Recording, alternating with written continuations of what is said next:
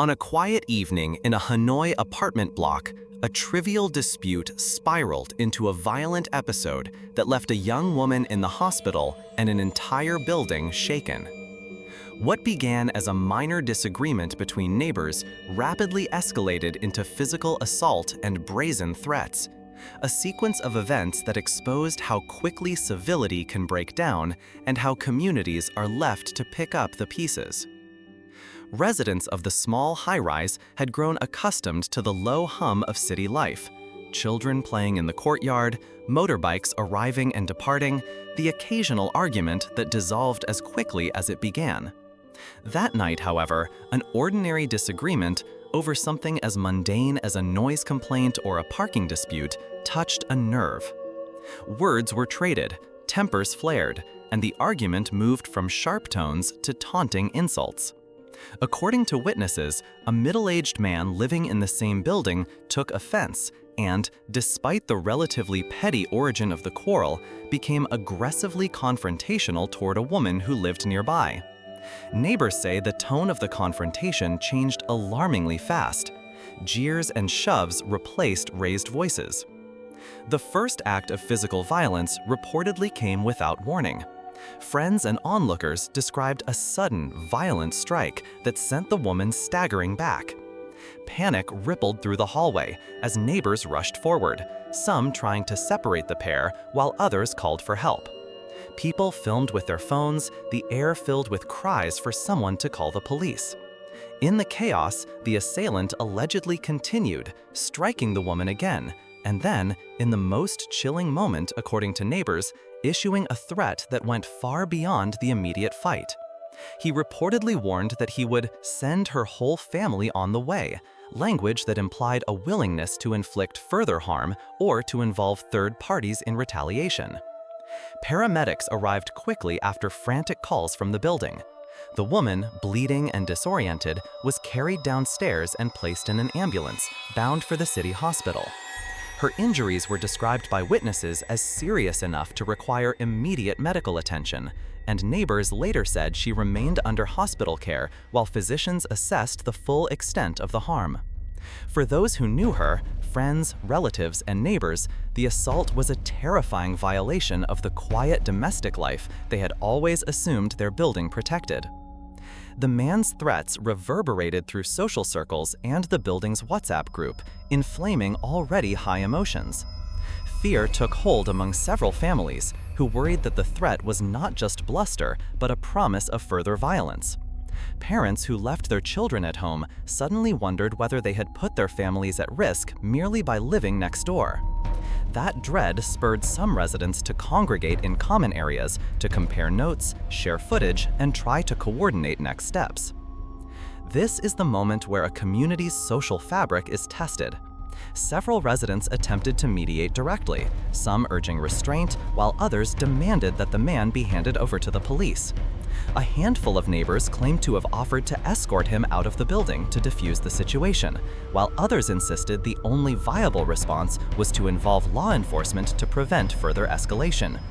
Surveillance footage from common areas, which often exists in modern apartment complexes, became a critical piece of evidence in neighbor discussions. Videos captured on private phones also circulated, amplifying public outrage. Authorities were notified, and the police made their way to the scene. Because this occurred in a densely populated apartment block, the legal and social consequences extended beyond the two principal actors. The case raised questions about neighbor relations, domestic safety, and whether the building's management had systems in place to de-escalate conflicts.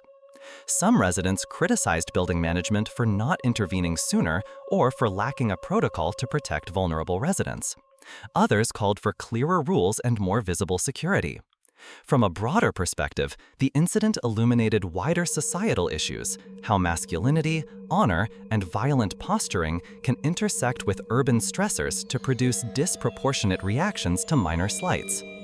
Observers noted that in tightly packed living environments, grievances that might have been forgotten on the street can become magnified and personal when people cannot escape one another's presence.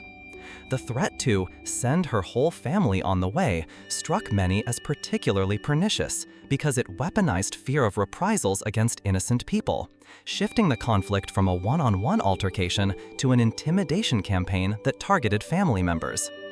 As news of the attack spread, community leaders and social media users called for justice. Online platforms provided a space for neighbors to share evidence, to post updates about the woman's condition, and to demand a transparent investigation. At the same time, the sharing of video footage raised privacy concerns. The woman, already a victim of violence, found herself thrust into public scrutiny, an additional indignity that many decried, even as they sought accountability.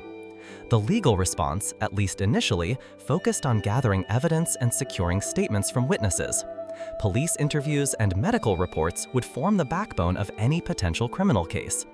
If prosecutors pursued charges, the alleged assailant could face penalties under Vietnamese law for causing bodily harm and for issuing threats that endanger the peace and security of others. Whether the case would proceed to trial would depend on the strength of the evidence, including medical documentation, witness testimony, and any recorded footage. Beyond legal processes, healing for the victim and the community would require more than courtroom conclusions. Neighbors expressed a desire for restorative actions, apologies, safety assurances, and perhaps mediation to restore some sense of normalcy. Building management pledged to review security measures and to consider clearer channels for conflict resolution, a small but necessary step toward preventing repetition. For many, however, the trauma of the evening lingered. People reported sleeplessness, heightened anxiety, and a pervasive wariness around routine interactions with neighbors. This incident serves as a stark reminder that violent acts often arise not from grand grievances, but from unresolved tensions compounded by poor impulse control. When a minor dispute escalates to physical assault and menacing threats against family, everyone in the vicinity is harmed, not just the immediate victim. The Hanoi apartment community, like any close-knit urban neighborhood, must now grapple with the aftermath. Ensuring the injured woman receives justice and care, protecting vulnerable residents from intimidation, and rebuilding trust within the building's walls. In the end, the way forward depends on collective will. Authorities investigating the case must be thorough and impartial, neighbors must remain vigilant but not vengeful, and social supports must be available to help victims recover. Only by combining accountability with compassion can a community move from fear back to safety and prevent a trivial disagreement from ever becoming another headline.